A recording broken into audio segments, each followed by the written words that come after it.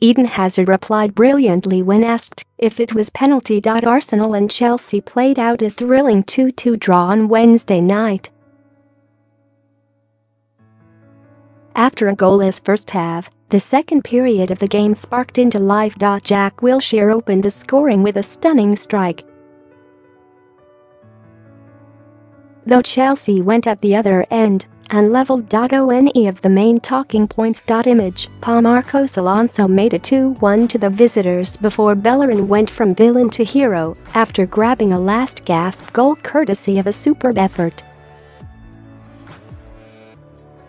And after the game, Bellerin and Hazard spoke to Jet Shreves. He put forward the question to the pair about the award of the spot kick. Bellerin answered by saying he wanted to see the replay, while Hazard said, "No. We don't need the replay. Yeah, it's a penalty," before laughing in the Spaniard's face. Both teams earned a point, which meant Chelsea missed the chance to go above United.